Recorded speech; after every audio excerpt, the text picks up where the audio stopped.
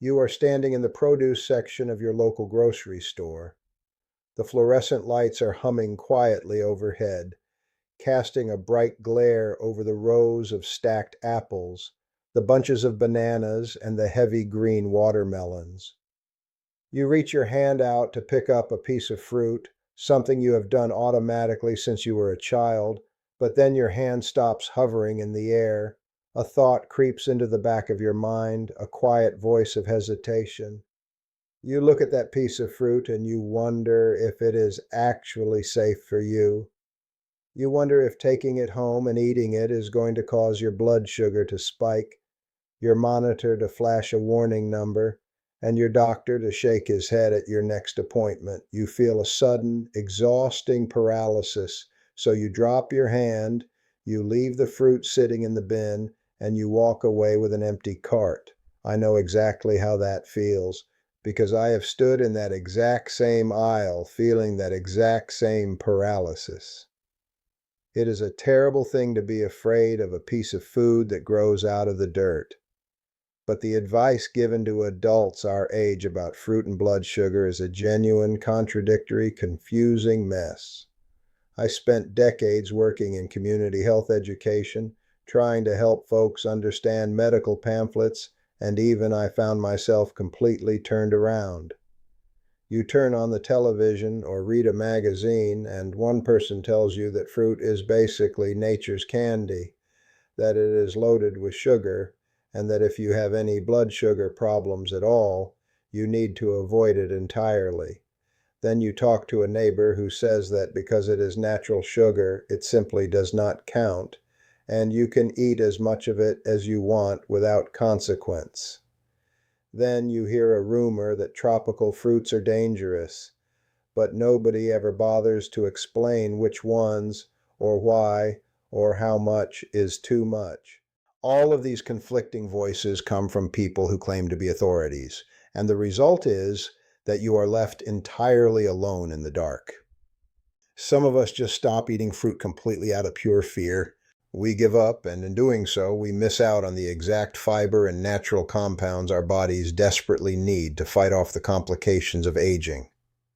Others just eat whatever is in the bowl with no strategy at all, and then we sit on the edge of the bed checking our glucose numbers, staring at the little digital screen, and wondering why the numbers keep climbing higher and higher.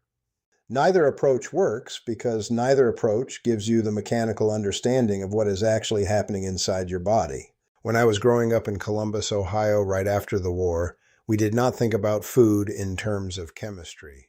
My father worked a heavy shift in a manufacturing plant, and food was simply fuel for the engine. If my mother put a bowl of peaches on the table, you ate the peaches. We thought our bodies were made of solid iron. We thought if we kept moving, everything would process itself. But when you cross over into your late 60s and 70s, the engine does not burn fuel the same way it used to. The tolerances get tighter. The filters get a little clogged.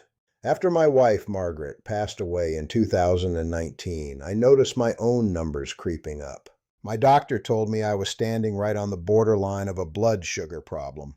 The word diabetes carries a heavy weight, but it is not the word itself that scares us. It is the quiet, creeping things that the word brings with it. For me, the true fear was never about the blood tests or the daily management. The absolute, undeniable fear was the thought of losing my vision. I had an older neighbor back in Ohio named Henry. Henry was a proud man who loved driving his heavy sedan around the neighborhood. But over the years, his blood sugar remained stubbornly high. He ignored it because he did not feel any sharp pain. But high blood sugar is not a hammer. It is rust. It slowly eats away at the finest, most delicate structures in your body.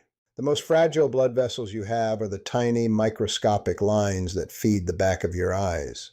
When your blood is constantly thick with excess sugar, it acts like a thick, abrasive sludge being pumped through a very narrow garden hose. The pressure builds. The delicate walls of the blood vessels begin to crack. They begin to leak, and eventually, the tissue in the eye starves. I watched Henry slowly lose his ability to read the morning paper. I watched him hand the keys to his car over to his son because he could no longer trust his own eyes on the road. The shrinking of his world was absolute. I told myself I would never allow that to happen to me if I had any say in the matter. A few years ago, I went in for a routine checkup with my optometrist here in Scottsdale. He shined that bright burning light into my pupils, looked through his lenses for a long time, and then sat back in his chair. He told me that the tiny vessels in the back of my eyes were showing the very early signs of strain. It was not permanent damage yet, but the dashboard lights were blinking. The engine was running too rich. He told me that if I wanted to keep my vision sharp, I had to get my blood sugar locked down immediately. That afternoon, I called my daughter, Laura. Laura's been a registered nurse up in Phoenix for over 20 years. She deals with diabetic patients every single day. She sees the amputations, she sees the kidney failures, and she sees the blindness. She drove down to my house that weekend, and we sat together at the kitchen island. I had a bowl of mixed fruit sitting right there on the counter. Bananas, a few apples, a mango, some grapes. I looked at that bowl and told her I felt like I was looking at a minefield.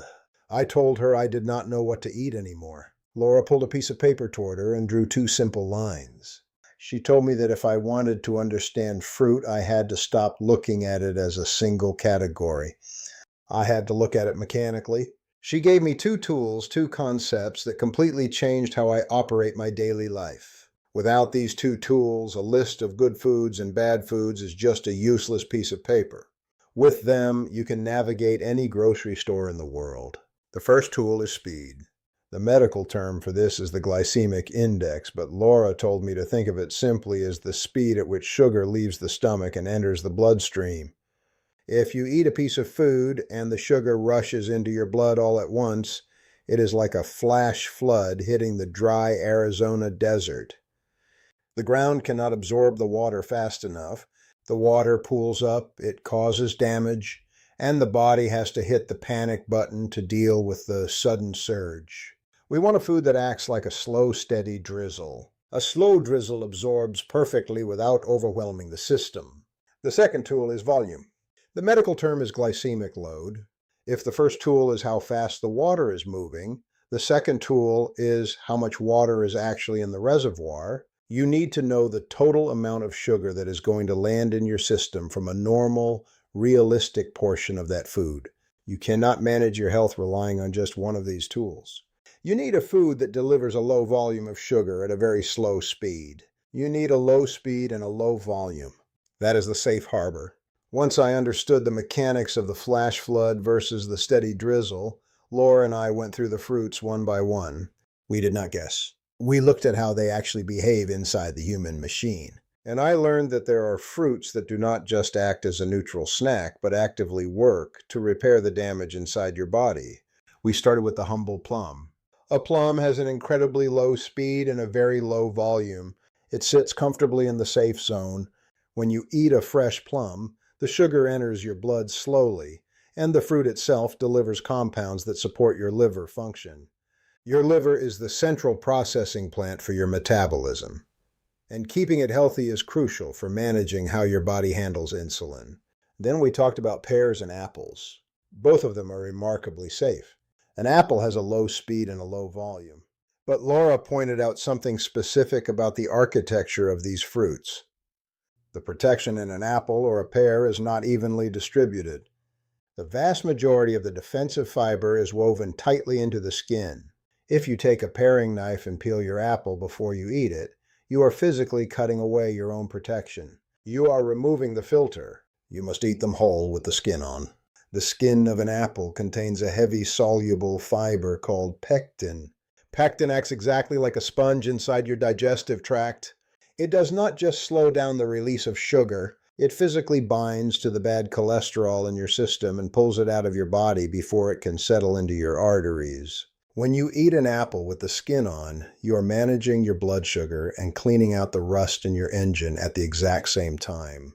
Then she introduced me to the fruits that actively protect the delicate blood vessels I was so terrified of losing. Strawberries and fresh cherries. A strawberry has a low speed and an incredibly low volume of sugar.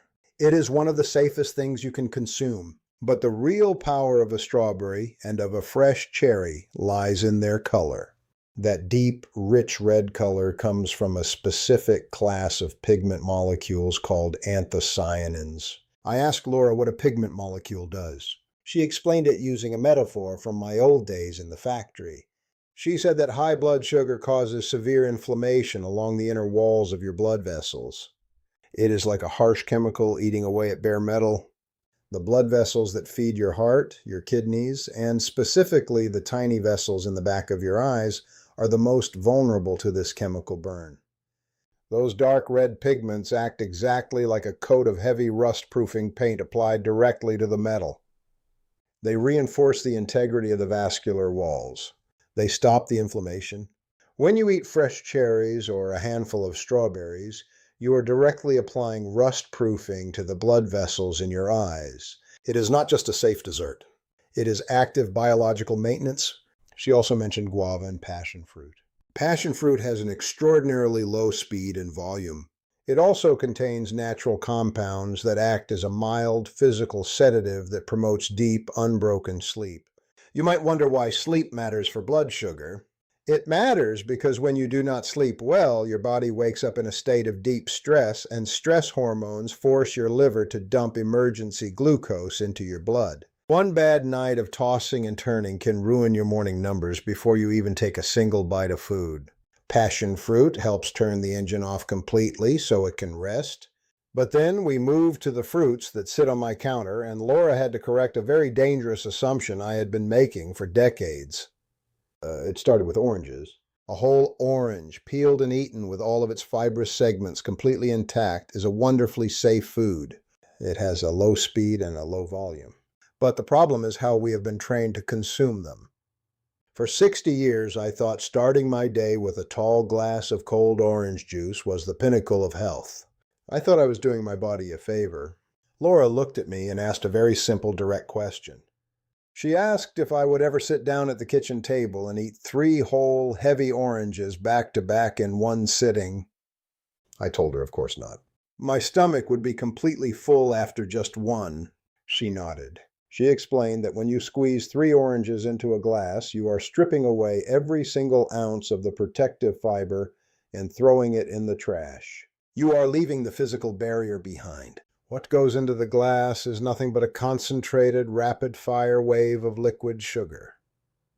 When you drink it, it goes down in 30 seconds, and because there is no fiber to slow it down, it hits your bloodstream like a violent flash flood.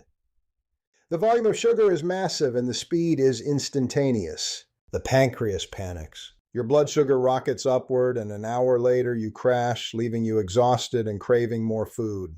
A glass of orange juice is not a piece of fruit. It is a biological emergency masquerading as a healthy habit. You must eat your orange. You must never drink it. That conversation about stripping away the water and fiber led us to the traps, the hidden mistakes that people our age make when they think they are eating healthy. The most dangerous trap in the entire grocery store is dried fruit. Raisins, dried apricots, dried mangoes, prunes. I used to keep a box of raisins in the pantry for a quick snack. Think about the physical mechanics of drying a piece of fruit. You take a grape and you put it in a dehydrator or leave it in the hot sun. The heat removes all of the physical water. That is the only thing that leaves the fruit. The sugar does not evaporate. The sugar stays exactly where it is, but now it is heavily compressed into a tiny, shriveled volume. Water is what naturally dilutes the sugar in fresh fruit and tells your stomach when it is full. When you remove the water, you create a concentrated sugar pill. You can easily eat 40 raisins out of the palm of your hand without thinking about it. If you tried to eat 40 whole grapes, you would feel full. Dried fruit is not fruit for a person managing blood sugar. It is candy with a good reputation. It will spike your numbers violently and leave you wondering what went wrong. After we threw out the raisins, Laura pointed to the tropical fruits sitting in my bowl. The mango, the pineapple, the papaya. These are not forbidden foods, but Laura called them the demanding fruits. You cannot eat them carelessly. They are like driving a heavy car down a steep, wet road. You can do it safely, but the margin for error is incredibly small. A papaya is genuinely useful for digestion because it contains enzymes that break down protein, but the volume of sugar it delivers is sitting right on the absolute boundary of what your body can safely handle. Pineapple has a high speed and a high volume of sugar. Your pancreas does not care that a magazine said pineapple reduces inflammation. Your pancreas only knows that it has to deal with a massive sugar load. And mangoes hold a very specific trap. I told Laura that I like to eat mangoes, but I had read on the internet that if you sprinkle chia seeds or flax seeds over the mango, it makes it perfectly safe for your blood sugar. Laura let out a heavy sigh when I said that. She told me that was a dangerous fundamental misunderstanding of biology. She used a financial metaphor. She said to imagine that I owed a man $1,000. That debt is the total volume of sugar in the mango. The man tells me I do not have to pay the $1,000 all at once today. I can pay him in small installments over the next few months. The chia seeds are the installment plan. They provide heavy fiber that slows down the speed at which the sugar enters the blood. They flatten the initial spike, but the debt does not shrink. You still owe the man $1,000. Your pancreas still has to process every single solitary gram of that mango sugar. You have just stretched the labor out over a longer period of time. You cannot use seeds as a permission slip to eat a massive bowl of tropical fruit. If you want to eat a mango or a pineapple, you must cut the portion down to half a cup, and you must eat it alongside a solid piece of protein to help your body manage the load. The portion trap is also exactly what makes grapes so dangerous. A single grape is not going to ruin your health. The problem is the human behavior attached to the grape. You buy a large bunch, you wash them, and you set the bowl on the table next to your reading chair. You tell yourself you will only have 5. You eat one, it is sweet, it is small, and it feels like absolutely nothing has entered your stomach. So you eat another, and another. The small physical size creates the dangerous illusion that nothing significant is happening. Before you realize it, you have eaten 25 grapes, and you have just dumped the sugar equivalent of a large candy bar into your bloodstream. If you want to eat grapes, you must count out exactly 10 of them, put them on a napkin, and put the rest of the bunch back in the refrigerator. You can never ever eat directly from the open bag. And then there is the banana. Bananas are cheap, they are easy to eat, and they are everywhere. But a banana delivers an enormous volume of sugar to your blood. It delivers 8 times the sugar load of an avocado. But the true danger of the banana lies in a chemical process that almost nobody understands. It is the process of ripening. Ripeness is not just a change in color. It is a profound structural change in the chemistry of the fruit. When a banana is slightly green, the starches inside of it are tough. They are resistant. They move slowly through your body, and they actually feed the good bacteria in your gut.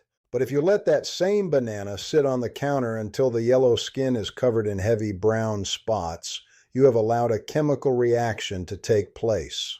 The fruit has converted all of that slow, resistant starch into fast-acting, rapid-fire sugar. A brown-spotted banana is a completely different piece of machinery than a green banana. The riper the fruit, the higher and faster the sugar spike.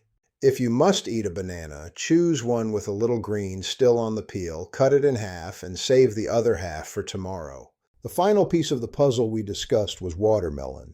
Watermelon is a strange, unique case. The speed at which watermelon sugar enters your blood is incredibly fast. It is a flash flood, but the volume of sugar is actually very low, simply because watermelon is 92% water. There is very little actual sugar in a 4-ounce slice. So mechanically, a single measured slice of watermelon is safe. But here's where you have to be brutally honest with yourself. When was the last time you cut a precise 4-ounce square of cold watermelon on a hot summer day, ate it, and completely stopped? Watermelon destroys your sense of portion control because it is mostly water. You eat slice after slice, and suddenly that low volume of sugar multiplies until it overwhelms your system. The trap is not the chemistry of the watermelon. The trap is your own lack of discipline. After Laura left that afternoon, I sat alone in my kitchen and looked at the bowl on the counter. I did not feel paralyzed anymore. I did not feel fear. I felt like I finally had the instruction manual for my own engine. I understood that managing the threat of diabetes, protecting the delicate blood vessels in my eyes so I could continue to drive my car and read my books, was not about declaring a war on food. It was a project of understanding. When you understand how a food behaves, you stop being a victim to it. But I also know how exhausting it is to try and change everything about your life in a single day. When you try to overhaul your entire kitchen on a Monday morning, you usually give up by Thursday afternoon because the burden is too heavy. The body requires consistency, not radical violent changes. So I made a promise to myself, and it is the exact same action I want to ask you to take tomorrow. Just tomorrow morning, do not throw out your entire pantry. Do not try to memorize everything at once. Just look at your breakfast. The first meal you eat sets the mechanical rhythm for your entire day. If you start your morning with a bowl of sweetened cereal, 2 pieces of white toast, and a glass of orange juice, you are pouring gasoline on a fire. You create a massive sugar spike, which is followed immediately by a devastating crash that will leave you exhausted and starving by 11 o'clock. You spend the rest of the day chasing that hunger, eating more and more to try and get your energy back. Tomorrow morning, change the trajectory of the day. Put a small frying pan on the stove and cook 2 eggs. It does not matter how you cook them. The eggs are solid, slow-burning protein. They act as the anchor. Then take 1 piece of whole safe fruit, a fresh peach, a handful of strawberries, or an apple with the skin firmly attached. Eat the eggs and the whole fruit. The heavy protein from the eggs will mix with the thick fiber of the fruit skin, and together they will force the natural sugars to enter your bloodstream at a slow, gentle, controlled crawl. When you do this, you will notice something miraculous happen about 2 hours later. The mid-morning crash simply will not arrive. The sudden desperate hunger will disappear. You will feel steady, calm, and energized because your engine is running on a slow, consistent drip of fuel instead of a violent explosion. Start there. 1 single meal, 1 simple change. Let your body feel what stability feels like. The damage we did in our younger years is already in the ledger. We cannot go back and uneat the heavy meals or the sugary drinks. But the human body is incredibly forgiving if you just give it the correct materials to work with. You still have time to protect your vision. You still have time to protect your heart. You still have the capacity to maintain your independence. The control is resting right there in your own hands, waiting for you to use it. Take care of yourself, take care of your eyes, and I will see you next time.